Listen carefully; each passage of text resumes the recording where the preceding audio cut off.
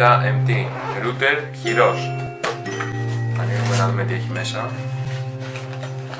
Το routerάκι, διάφορα εργαλεία, κάποιοι οδηγοί. Αυτό πρέπει να είναι το κοπτικό εργαλείο και το manual. Manual έχει στα ελληνικά.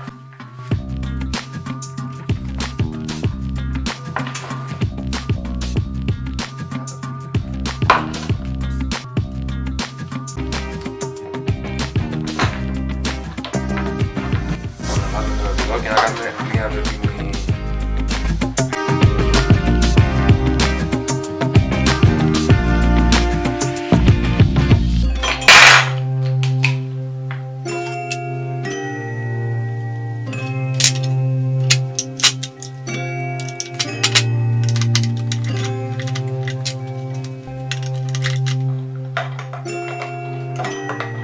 Εδώ πρέπει να συνδέσουμε το κοπτικό εργαλείο.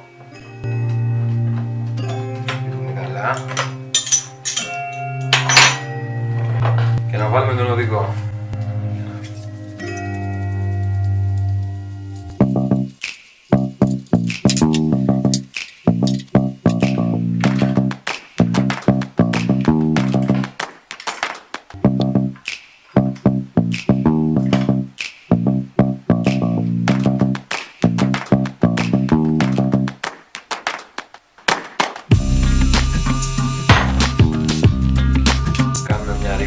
Στο ύψος που θέλουμε. Λοιπόν, αφού ρυθμίσαμε τους οδηγούς για να κάνουμε μια δοκιμή, θα δοκιμάσουμε ένα ξύλινο.